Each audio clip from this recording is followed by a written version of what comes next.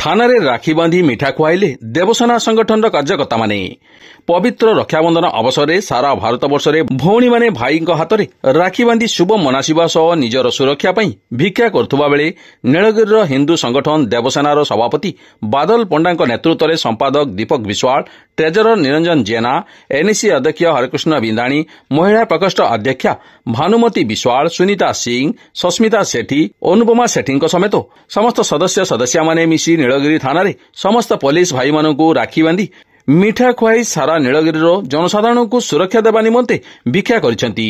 संगठन एहिपरि उन्नत मानर चिंताधारा और नियारा ढंगरे रक्षाबंधन को अंचलवासी बेस भ्रसी प्रशंसा करने सह साधुवाद जणाइछंती।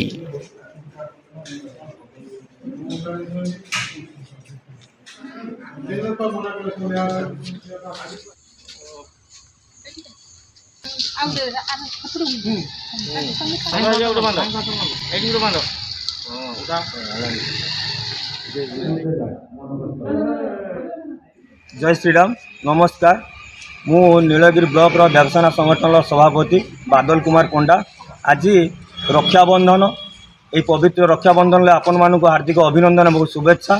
सारा भारत वर्ष रे भौणी माने भाई हाथ राखी बांधुआ बेले आम देवसेना संगठन एक रक्षा कवच भावी आज नीलगिरी थाना आसी पहुंची।